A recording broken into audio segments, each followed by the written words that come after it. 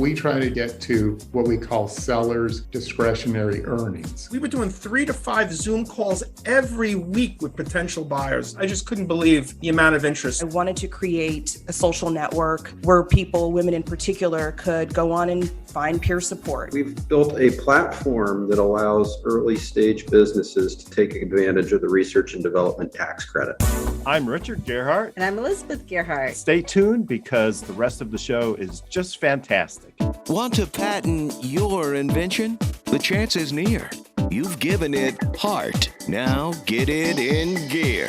It's Passage to Profit with Richard and Elizabeth Gearhart. I'm Richard Gearhart, an intellectual property attorney specializing in patents, trademarks, and copyrights. And I'm Elizabeth Gearhart, not a lawyer, but I work in Gearhart Law, helping with the marketing, and I have my own startup. That's right. And welcome to Passage to Profit, the show that's all about entrepreneurs, small businesses, and the intellectual property that helps them flourish. Tonight, we have a special treat for you. We have Sower and Paul Volen from Samson Media and Website Closers, respectively, and they're going to be talking about how to sell your business. So after you have a fantastic business, you may decide to sell it, and these guys have been there and done that, and they're going to have lots of great advice for us. And after that, we have Adonica, who has started an incredible new platform for women. I love the name Wingwomen, so I can hardly wait to hear about that. And then for all you super smart people out there who do research and development and want to pay for it. This is way above my pay grade, by the way. Brent Johnson has a program to help you get those tax credits you so desperately need to fund your research. Any tax credit is a good credit as far as I'm concerned. But before we get to our distinguished guests, we're going to start with IP in the news. And what are we talking about tonight? The metaverse, new toys for the metaverse from Facebook. So does anybody really know what the metaverse is? We'll find out. I guess.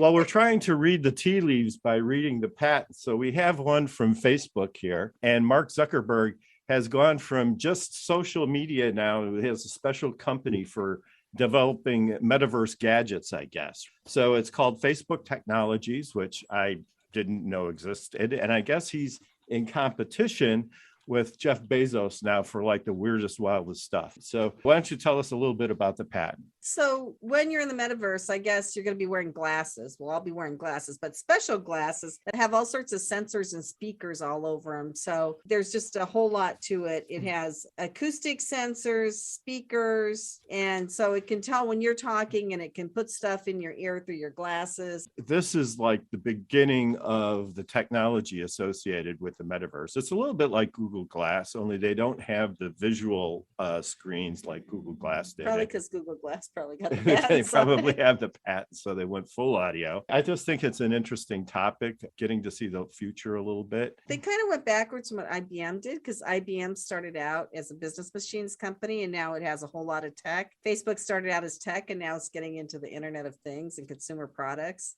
Right. So what will they think of next? Who knows? Who knows? But before we leave this topic, I'd like to check in with our guests. This is Richard's Roundtable. And does anybody have any comments or questions about intellectual property in general? So, Gene, what are your thoughts here on all of this stuff? Well, speaking about the metaverse, about Facebook's metaverse, I think it's about the Oculus. Isn't the Oculus the whole virtual reality headset that they've really spent a lot of money in? Isn't that really the entryway to the metaverse? And now the glass, it's more of like an augmented reality. So it like superimposes objects on your normal vision. Also, it's a partnership with Ray-Ban, isn't it? It very well could be. The patent is in the name of Facebook. I don't see any split assinees, which would show like a joint ownership, but it's possible.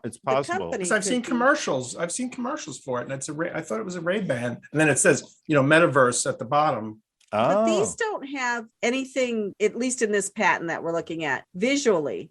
Everything here is audio sensors. Right. And it's like a regular pair of glasses. Yeah. So there may be another toy that you know about that we didn't find when we were looking at this patent. Why limit yourselves to one gadget when you can make millions, right? Exactly. And so in any case, Paul, what are your thoughts on all of this stuff? With someone like me who works with a lot of small businesses, especially in the digital world, my perspective is always around these new technologies is how is advertising, marketing, especially for small businesses going to enter that world? Is it there's a way to do it on Facebook that we all know, Instagram, et cetera. But this metaverse and how especially small digital businesses are going to play in that environment and how they will market themselves, especially in a service standpoint. I can understand product placement, but services like jeans, for example, digital marketing. How is that going? How are they going to present marketing opportunities for small players like that in this world? So I don't know. I haven't, it's just a very curious perspective from my standpoint. I haven't seen anybody really address it yet. Right. And I think for me personally, the metaverse is still a little bit of a mystery. I think they put it out there to kind of generate some buzz about it, but it's obviously a technical journey of some sort that Facebook has in mind. And I like the idea that you're finding the niche in there for small businesses because they should be able to capitalize on all this stuff too. Yeah, right? Facebook ads are reasonably priced, but I wonder what metaverse ads are going to cost. Right? They're going to be meta expensive, aren't Expensive, they? right? Brent, what are your thoughts? Well, I'm a relative novice for intellectual property and patents, and I'm a tax credit guy. I'm a tax geek, but I'm always curious about, it's clear to me when a new product comes out, the value of obtaining a patent. But as we get into a more digital world and brands and service offerings over, that are offered in a SaaS kind of platform, how do you protect those?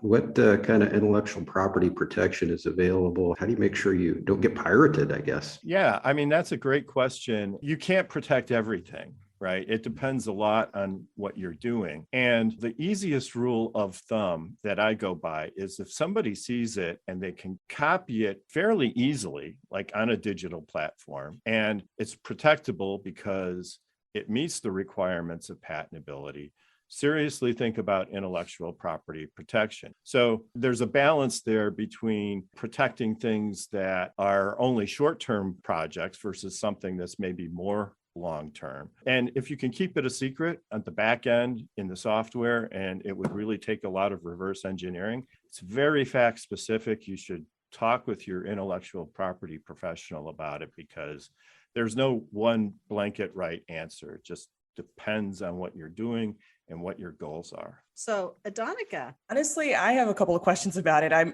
echo Brent's sentiment in that I'm not an expert in this area, but I'm wanting to know, I guess, just for the group, is this going to be something where Facebook exclusively provides the tools or the toys for the metaverse? Are other companies emerging that can also provide the tools and the toys for the metaverse? Or is this something that Facebook purely has a monopoly on because they know how the metaverse works? And so I'm just wondering if there's going to be other players coming into the metaverse toy space that you're aware of, or if this is something where we're just going to see a series of toys coming out exclusively from Facebook or Meta to be able to access the verse. Well, if they keep getting patents on everything. And I love your reference to toys too, Yeah. because really. That's a good question though. I mean, that's to be seen probably, but they are patenting everything they're coming up with now. Right. And it depends on the strategy. You have Google on the one hand, which was very open source and opened up their platform to a lot of different developers. And then you have Apple, which really was a very closed system. And they limited a lot of development just to Apple licensees. And even in the beginning, it was only Apple stuff. It's a question of what business strategy you take, and both have been successful. So we just have to wait and see what Facebook does with the metaverse. Well, they may not let things be compatible unless they give them their blessing, which I imagine that's what they'll do. Will they let other people make stuff? Probably, because They'll charge them for it. They'll charge a license fee, I'm sure. Right. Yeah. I mean, exactly. and just because Facebook is making the metaverse doesn't mean that's the only metaverse that can exist. In fact, if I'm not mistaken, I think didn't Activision have their own metaverse with the World of Warcraft, which was a very popular game for the last 5-6 years, and they were actually selling advertising within the game. You could purchase armor, pieces of the costume, whatever it was. So they've already been selling into that. I think it's really going to be a question of competing metaverses at some point. Let's start our own metaverse right now. Everybody on this show, Couple of billions? let's Yeah, commit sure. to Okay, but starting let's our ask own Ken- metaverse. Okay, but let's ask Kenya first. So, Okay. Well, Kenya, are you in or are you out? but she has to give her Well, comments. I'm definitely in. I'm definitely in. And to Jean's point, we at iHeart actually just announced last week that we did a partnership with Roblox. So we are going to be officially in the metaverse by Q3 of this year. That'll all be rolled out. There will be opportunities for advertisers that we work with to get ad space, to be a part of experiences from all the podcasts to all the live events that we do. So Facebook is definitely not going to be the only player in that space. That's good to know. So, your dream, Gene, of competing metaverses seems to be coming true even as we speak. Yes. So if there's competing metaverses, does that mean you have to get toys to access each individual toys or tools to access each individual metaverse? Think about Windows, Apple, Yeah. I mean, Beta, VHS. I mean, it's going to be that kind of It thing. seems very expensive for the consumer. Well, Exactly. I want to create a galactiverse, right? That encompasses the whole galaxy. Okay, why stop at the metaverse? So There you go. I think we better move on. Although, I mean, the show wasn't really supposed to be about the metaverse, but do you want to introduce our guests? Gene Sower and Paul Volen, business experts. Gene is an expert at websites, visual media. I've seen his work on his website, and it's really amazing stuff. Paul is from Website Closers. Closers means closing business deals. So welcome to the show, guys. Yeah, I know you wanted to talk about how Paul helped you sell your company, right? Yeah, Samson Media. I started it 16 years ago this month, actually. We're a small digital agency. It was the kind of thing where, anywhere from, at any given time, 15 to 20 clients. And we do social media and email marketing and website development, that kind of thing. And I never really thought that it was something that I could sell, being that it was just really just a list of clients. I don't have any real estate. I didn't have any equipment. But what I learned very quickly after being introduced to Website Closers and then connecting with Paul is that the fact that the business was a mature business and it had a track record of profits and earnings, that was really what made it a sellable business, which is what I learned. I had no idea that was like a major criteria for being able to sell your business. And a question that I have, which is so interesting about this, is that so many businesses now are service oriented, and usually the smaller businesses kind of rely on the owner or the creator to sort of be the glue that holds the whole thing together, right? And so if you're selling a business and that owner is no longer there, then what happens to the business, right? And how is that handled? Well, there were really two types of buyers that were interested in buying Samson Media. One type was a larger agency that was looking to basically absorb the earnings and the income streams into their business, and then be able to disseminate the work amongst their existing staff and probably get rid of my staff and probably not have me stay. The other type of business was somebody who was looking to start this type of business and didn't want to start it from scratch. I was looking for a proven process and a team and a methodology and a brand and, a reputation and that kind of thing. So that's ultimately who I wound up selling it to. Also, the buyers would ask they all asked two questions. One was, why am I selling? And am I willing to stay? And why I was selling, I gave the same answer, which was basically, I was just kind of getting tired of it. It was just kind of time to move on. And, they wanted to know if I wanted to stay on, and some were wanting to know if I wanted to stay on because they didn't really want me to stay on. Others were like, they really wanted me to stay on, which is really what I wound up doing and what I wanted, because I'm now a consultant for my own company. So I'm not retired. My daily responsibilities are way different. I'm now no longer dealing with all of the day-to-day client activities, and I can really devote my time to really new business and business development, which is what I do enjoy. And you know how it is when you're, your own business owner, you're constantly getting pulled by so many, different forces around you, where now I'm able to basically, bring in business. I'm still handling probably about 20% of the day-to-day stuff, but being able to hand it off to the team and have them do it. And I tell you, in the first couple of months, I'm CC'd on everything, and I just see things going by, and I'm like, wow, I don't have to do that. I don't have to respond. It's being handled. And, it's really been quite fabulous. So the person who bought it from me, a guy named Ken, we work very well together, and we kind of complement each other. And he was really looking for another senior person, help him take it to the next level. And I think we're on the right track. So, well, that is Richard's dream, I think, to be part of it, to have other people. But I'm never going to give it up. I'm going to die at my desk. But I wanted to ask Paul. So, Paul, what was your role? How did you facilitate this fabulous deal for Gene? Because this sounds perfect for him. Well, what we do is, we're obviously in Gene's case looking for a buyer. Right, we're trying to find the best buyer for his business, and Gene kind of alluded to it, that the exit can take many forms depending on the buyer's desires. Right, so we could have a large agency in his space, in this world, that is looking to roll up smaller digital agencies like Gene's. And in that case, they're just leveraging their current workforce and current operations and can absorb that business. There are others that are just looking to make an investment, and they just want to make an investment in a business that they can grow. So that might be some private equity. It might be a family office environment. And that requires then the owner to stay on for a while. So some owners are willing to do that over a longer period of time and then train a new owner that the private equity firm or family office wants to put in that place to grow the business.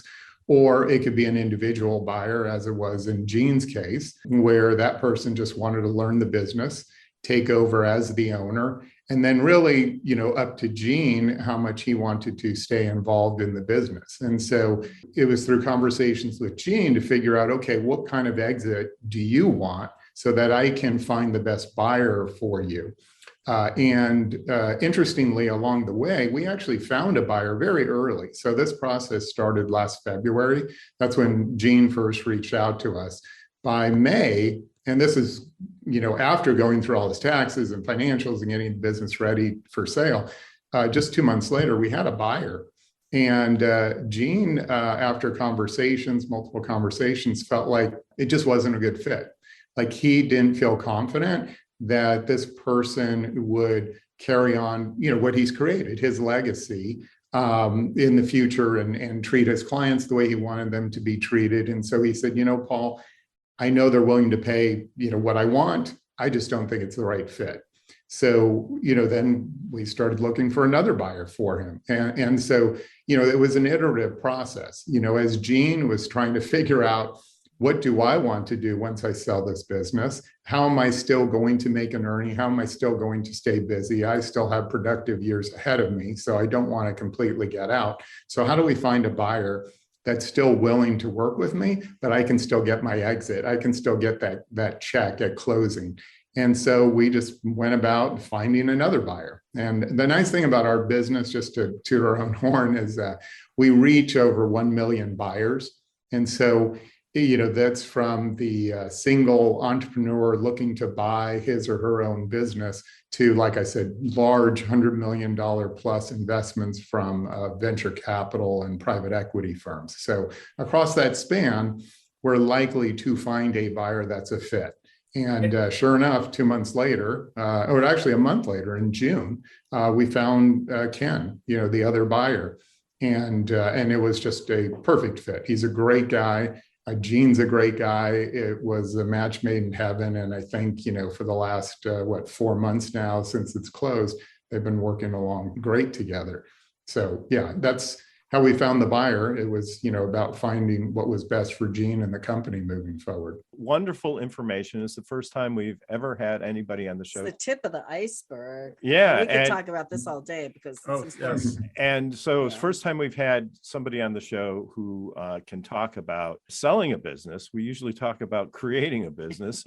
But then for people who have done that, this is great information. Passage to Profit with Richard and Elizabeth Gearhart. We'll be right back after this commercial message. What are entrepreneurs' most valuable assets? Their passion and ideas. We can't protect your passion, but we can protect your ideas. Trust Gearhart Law to protect your ideas with premier patent, trademark, and copyright services. There's never been a better time to start your own business. Contact us at gearhartlaw.com. At Gearhart Law, we have years of experience experience protecting entrepreneurs' ideas and brands using patent, trademark, and copyright protection. So if you have a new consumer product, a new software application that you're planning to build or sell, or a brand or company name that you want to protect, contact the experts at Gearhart Law, www.gearhartlaw.com. Don't let the wrong protection strategy ruin your business. All of our attorneys are passionate about protection and are licensed and qualified to represent you before the United States Patent and Trademark Office. Don't start your project without calling us first. Contact Gearhart Law on the web at GEARHARTLAW.com. Together, we can change the world. This ad has been read by a non-attorney spokesperson. Now back to Passage to Profit. Once again, Richard and Elizabeth Gearhart. Our special guests, Gene Sower and Paul Volen. It's time to move on to Power Move with Kenya Gipson. Kenya, who's our power mover of the week? We're going to be talking about 50 Cent, who is worth well more than 50 cents. He's actually worth $30 million and getting richer week by week. He actually launched a new platform where he's going to tap into solving some of hip hop's long unsolved homicides. So I don't know if you remember that show, Unsolved Mystery. Yeah. But that was a great show, right? Mm-hmm. So he's going to put on his own version of that. He's going to focus on the hip hop community and the unsolved homicides that were never solved, which is going to be very interesting because there's some very notable artists who were unfortunately killed, who we have no idea what happened in those circumstances. So I'm excited to see what he's going to do with this new venture and platform. You know, he was super successful with Power, that series Power that he created. And then now he's on to his next thing. So that's what we were talking about today, creating things, selling them, and then moving on to what's next in our creative careers. So This sounds really good. Yeah, Yeah. I love crime, Yeah. true crime dramas. You know, I'm hooked on those. And this is definitely a different cut. I think it definitely makes for a more interesting story considering how much the hip hop culture, you know, impacts just like mainstream everything today. So I definitely gonna be tuned into that. I'm just saying, though, that's like there's sort of this aura of toughness that comes from, you know, being out there and being in dangerous situations. And that's kind of part of the hip hop culture, right? Well, I mean, we it's called street cred, right? So, Right. you know, but I think what people more want to be known for is their contribution to the culture through their music. So I would want to be known for that rather than the street cred part, because the street cred part, it's a crapshoot. Right. You know? Yeah, I'm with you on that. I don't want to be shot to make Passage to Profit famous. No, so. neither do I. That said, can we move on to Fireside now? Okay.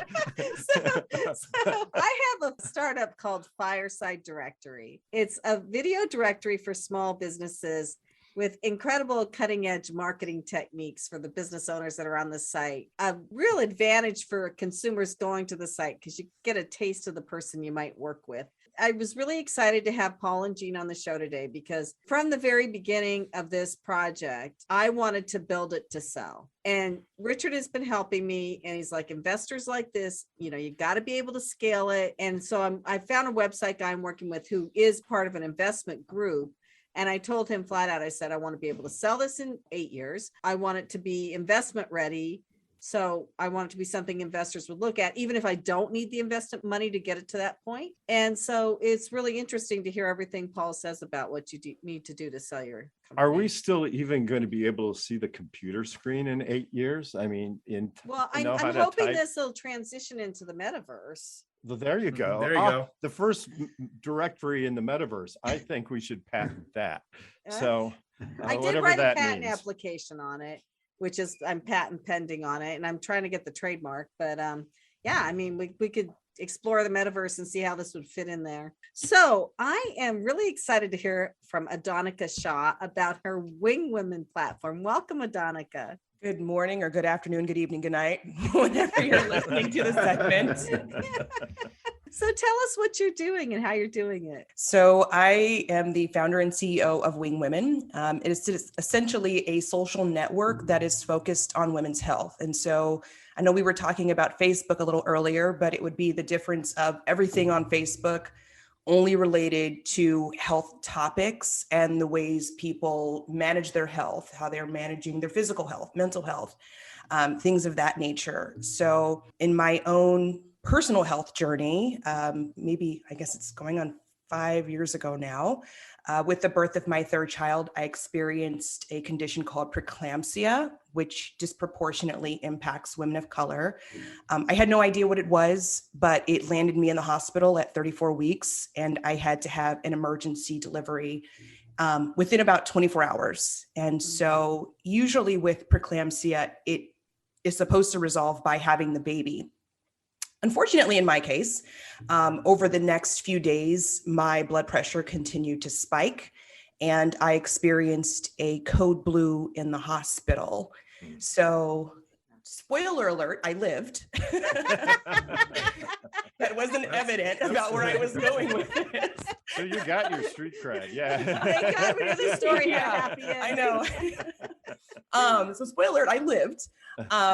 But in the process of rehabilitating my mind, body, spirit in the years following that, it was quite the journey. And it's one that I did primarily by myself, because when you have something that disrupts your health that is either as significant as a code blue, preeclampsia, cancer, any number of diseases or conditions that could seriously disrupt your life, you don't always want to put that burden on other people about what it feels like, what you're going through, because they still want to have a version of you that doesn't require you to only talk about your health or your condition or your sickness and whatnot. And so when I came through that health journey, I was like, I wanted to create a social network where people, women in particular, could go on and find peer support, because I did the process largely alone. And so the idea of Wingwomen is just that. It's having other Wingwomen that you can talk to while you are rebounding through a health journey, talk to, get questions to answers, how they manage things, check in on people. And then in addition to the peer support component, we have a directory. So most of us know when you go to the doctor's office, you get like 15 minutes with a healthcare provider. And so I think right now in particular, more than ever, people want that old school, like being able to build a rapport with your doctor or physician, healthcare worker, patient advocate. I myself am also a patient advocate at this point, but it can be really hard to do that. And so I wanted to build something, like I said, where they can build those valuable relationships and connections and then foster their health outside of the burden of putting it on their family members. That is such an insightful thought. And I think what you're doing is absolutely great. Do you sort of have it organized by, is it just anybody can talk about any kind of medical issue, or do you have it organized so that people who have had similar medical issues might be more empathetic? How is the site set up? Well, for now, our focus is on women's reproductive health and physical and mental health as it relates to the prenatal, pregnancy, and postpartum periods. On my advisory board, I've got some really amazing people, one of which is Dr. Linda Bradley. She's with the Cleveland Clinic and just phenomenal work. She's a former president of ACOG and I believe a board member for ACOG right now. So just given their expertise as OBGYNs, her and Dr.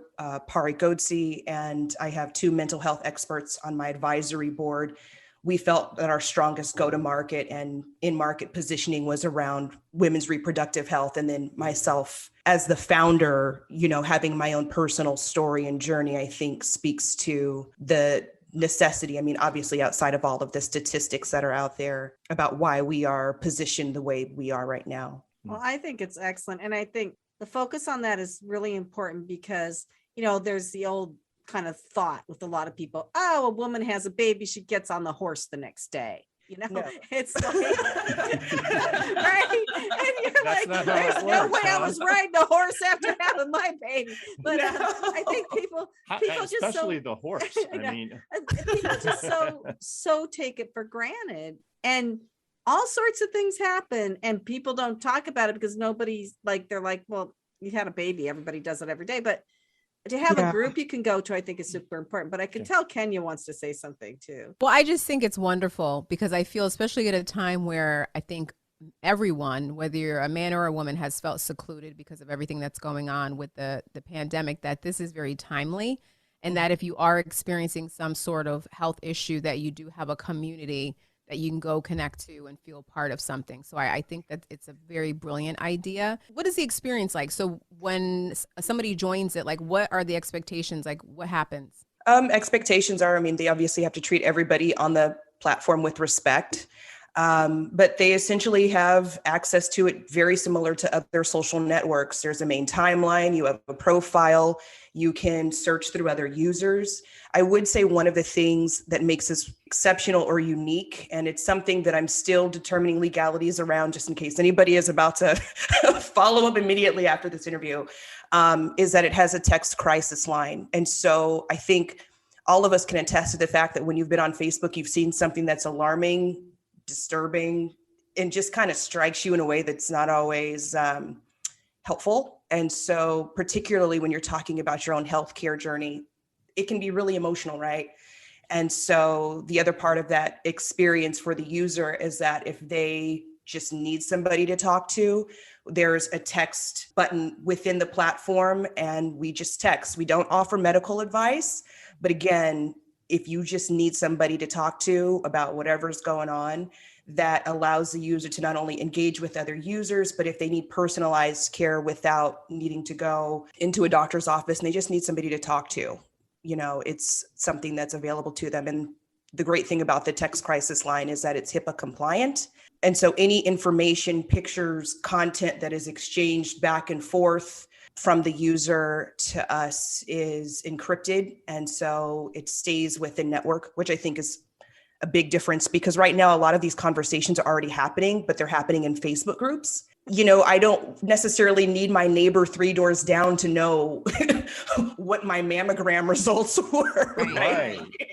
You know, and so keeping it enclosed in its own network. And if you're sharing pictures and all of that, you're not putting it in a position to be widely shared across social media because everything stays in our network. There's no buttons to share out. So once you remember, you know that you're only talking to users that are also in that same user experience. It's not like cross promoting, oh, look at, here's the picture of my colonoscopy. You know, like it's not going to be shared across social media and disrupt your professional life 3 weeks later. And so, you know, That's absolutely amazing. Well, I love your text function because I know like postpartum depression is a thing too. And I could see a huge need. But I think Jean wanted to say something. Yes, I was just curious. What's the business model? So like, how is it funded? It's an ad-driven company. So advertisers are essentially healthcare systems, health insurance companies, patient advocates, health coaches, people that would essentially be willing or would want to work with any of the patients that are on platform. It's a unique buy-in. You have an ad sales team? No, but it's interesting you bring that up. Right now, and I believe yesterday they just made the announcement, our company was accepted into the NASDAQ United Nations Milestone Makers Program. And so our milestone under the guidance of NASDAQ or the Entrepreneurial Center there was to launch our ad structure. And so that's coming next month. And so I will be looking to find different people to work with us to grow that in the coming months, but it's a tremendous time for us because I think initially we were going to go after a marketplace model and it just didn't suit what we were building. So, and to be a member, there's no charge to be a member of it. It's a free. No. Okay. No, for the user, it's completely free, Right. But for the advertisers, healthcare providers, there's 2 different tiers that they can pay for. And so based off of whatever their monthly or annual fee is, they have more ability to engage with users. So for the lowest tier, you can build your own group. You can use your profile to message different users. You can engage with people in the different forums. But for the higher tier, if you want to be in an email blast, be included in our events, be listed as an annual advertiser, it's obviously a higher rate. And so just between the 2 tiers, depends on how much engagement they get directly with the patient population. This is excellent. Unfortunately, we're out of time for this segment, but this sounds like a great platform going forward. How do people find it? We're online at www.mywingwomen.com. Excellent. Well, thank you, Adonica. So listeners, don't go away. We have another really great presentation coming up after the break. And if you missed any of this, our podcast comes out tomorrow. But for now, you are listening to Richard and Elizabeth Gearhart on Passage to Profit on WOR 710, the Voice of New York. and we'll be right back. Hi, I'm Lisa Askley's the Inventress, founder, CEO, and president of Inventing A to Z. I've been inventing products for over 38 years. Hundreds of products later and dozens of patents. I help people develop products and put them on the market from concept to fruition. I bring them to some of the top shopping networks in the world: QVC, HSN, eVine Live, and retail stores. Have you ever said to yourself, someone should invent that thing? Well, I say, why not? Make it you. If you want to know how to develop a product from concept to fruition the right way, contact me, Lisa Askley's the Inventress. Go to inventingatoz.com, inventingatoz.com. Email me, lisa@inventingatoz.com. Treat yourself to a day chock full of networking, education, music, shopping, and fun. Go to my website, inventingatoz.com. There's never been a better time to start your own business. The opportunities are infinite and only limited by your imagination and enthusiasm. At Gearhart Law, we believe the most successful companies all have one thing in common. They start with a solid foundation first. Gearhart Law has years of experience protecting entrepreneurs' ideas and brands using patent, trademark, and copyright protection. So if you have a new consumer product, a new software application that you're planning to build or sell, or a brand or company name that you want to protect, contact the experts at www.gearhartlaw.com. Our professionals will create a custom strategy designed to fit your needs and your budget. All of our attorneys are passionate about protection, licensed and qualified to represent you before the United States Patent and Trademark Office. Don't start your project without calling us first. Visit gearhartlaw.com. Together, we can change the world. Visit gearhartlaw.com. This ad has been read by a non-attorney spokesperson. Passage to Profit continues with Richard and Elizabeth Gearhart. And we just heard from Adonica Shaw, a wonderful thing she's doing. But now we get to talk to Brent Johnson all about getting money for your research, which is very cool to a lot of people. So Brent, please tell us what you've done. Yeah, we've built a platform that allows early stage businesses to take advantage of the research and development tax credit. Credit that can be claimed against your payroll tax obligations, provides cash funding for your business, and it's a relatively new development. Located in New Jersey, we oftentimes advise clients to take advantage of the New Jersey tax credit. But as I understand it now, you're saying there's also a federal tax credit for research and development for smaller companies. Yeah, it's a federal credit that's, like I said, claimed against your payroll tax obligations at the federal level. But, it's a program that's been around for pushing 50 years, but Wow. Historically was only available to large corporate taxpayers. So think ExxonMobil or General Electric, companies like that invested heavily in manufacturing processes, new technology, et cetera, and had a corporate income tax obligation. Much of the research and development, of course, it's done in the United States, is done by early stage tech businesses that are pre-profitability. They don't have income tax obligations. And so there really wasn't a way for these businesses to turn that credit into cash. They were eligible for it, but they couldn't monetize it. So it wasn't helpful for them. That changed just about 5 years ago with some new rules that came out of the PATH Act, the Protecting Americans from Tax Hikes Act, that allow early stage businesses for their first 5 years, if they're under $5 million in revenue, to claim the credit against their payroll tax obligations. So now they have a way to turn that credit into cash.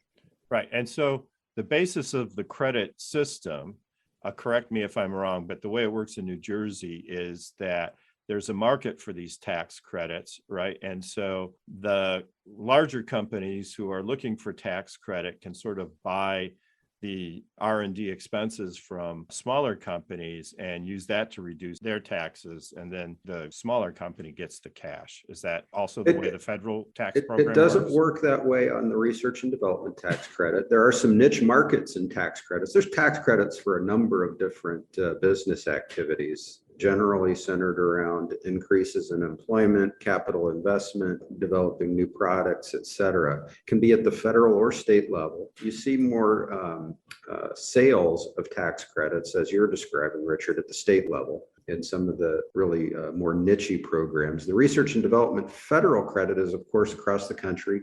There's really not a market to sell the credits. And so you have to be able to monetize them you have to have a tax obligation to offset. And so, as I referenced earlier, when it was only available against the income tax obligations, that wasn't really helpful for startups. There was no way to turn them into cash, and there was no market to sell them in. And Right. so that you really didn't have much in the way of participation in early stage businesses.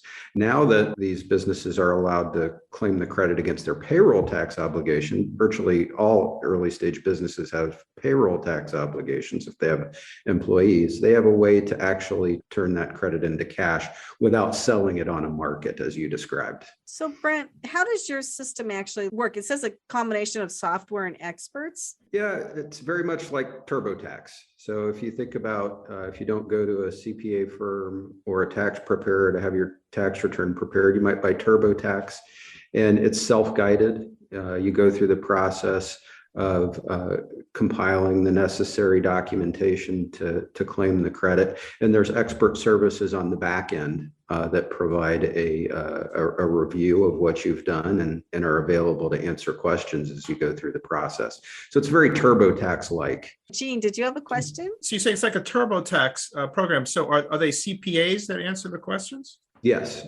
Okay. Some CPAs and some attorneys, but yes. Yeah. Mhm. So when you say payroll taxes, what are the typical payroll taxes that an employer is charged, and what of those taxes can the tax credit be applied to? It's applied to the FICA tax obligation. So if your business has, say, $1 million in payroll, there'll be 6.2% of that is paid by the employees and withheld from their paycheck, and then 6.2% of that will be paid directly by the company. And it's that company portion of the FICA tax that this credit can offset. Kenya, did you have a question? I do. So in terms of industries that this would be applicable to, is it only certain industries, or would it work depending on what kind of business you have? Yeah, so it really is applicable if you're developing a new product or service offering that's based on one of the hard sciences. So technology development is very big, of course.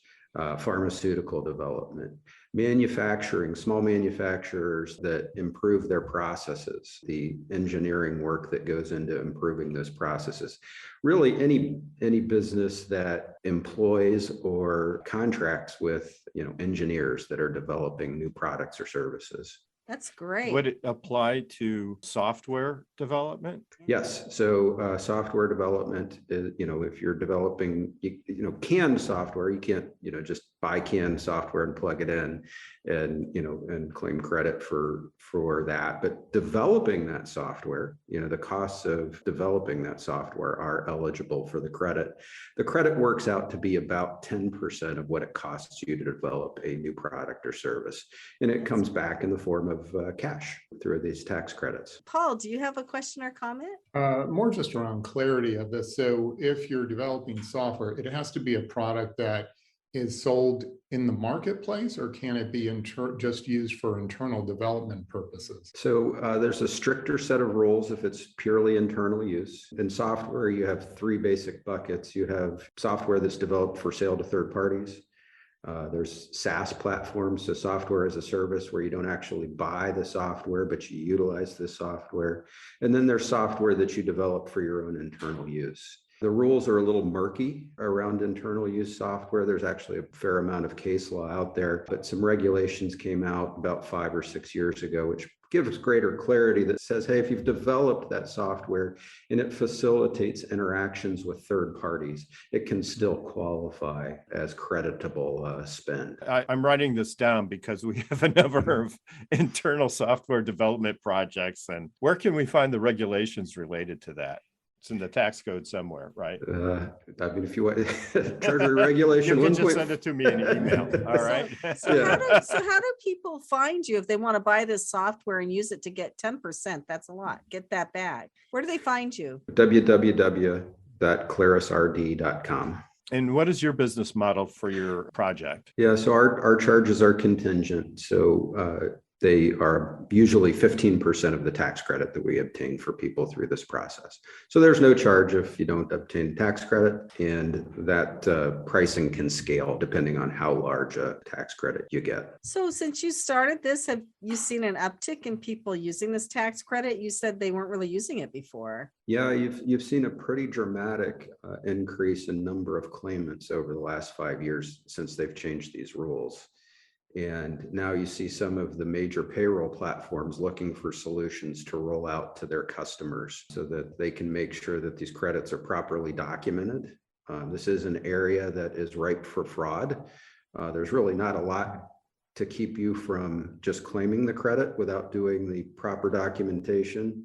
Absent the payroll companies just saying, no, you haven't submitted sufficient documentation to determine eligibility. So there's seen a really significant increase in number of claimants over the last 5 years. So if you're a company and you're working with a vendor and you have an internal IT person, and then you are also working with a vendor, are the payments to the, assuming that the project qualifies, are the payments to the vendor also calculated as part of the credit, or is it only the internal cost? Internal and external spend counts. External spend with consultants is haircutted by 35%. So you get to claim 65% of the cost of external consultants. And the general concept there is they assume that that labor has been marked up, of course. And so there's a bit of a haircut in the process, but the spend is eligible. So Brent, are you planning to sell this company? I'm just curious.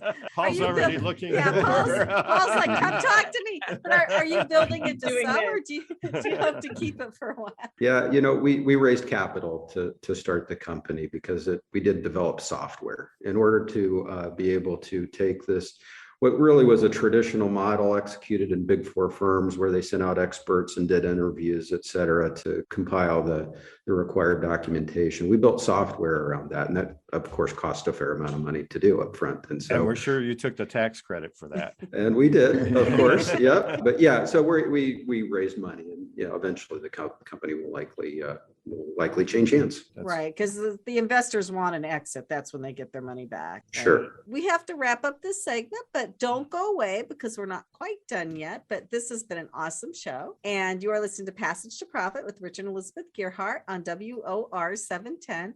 And we will be right back. What are entrepreneurs' most valuable assets? Their passion and ideas. We can't protect your passion, but we can protect your ideas. Trust Gearhart Law to protect your ideas with premier patent, trademark, and copyright services. There's never been a better time to start your own business. Contact us at gearhartlaw.com. At Gearhart Law, we have years of experience protecting entrepreneurs' ideas and brands using patent, trademark, and copyright protection. So if you have a new consumer product, a new software application that you're planning to build or sell, or a brand or company name that you want to protect, contact the experts at Gearhart Law. www.gearhartlaw.com. Don't let the wrong protection strategy ruin your business. All of our attorneys are passionate about protection and are licensed and qualified to represent you before the United States Patent and Trademark Office. Don't start your project without calling us first. Contact Gearhart Law on the web at GearhartLaw.com. Together, we can change the world. This ad has been read by a non-attorney spokesperson. Now more with Richard and Elizabeth. Passage to Profit. I think it was just fantastic. And,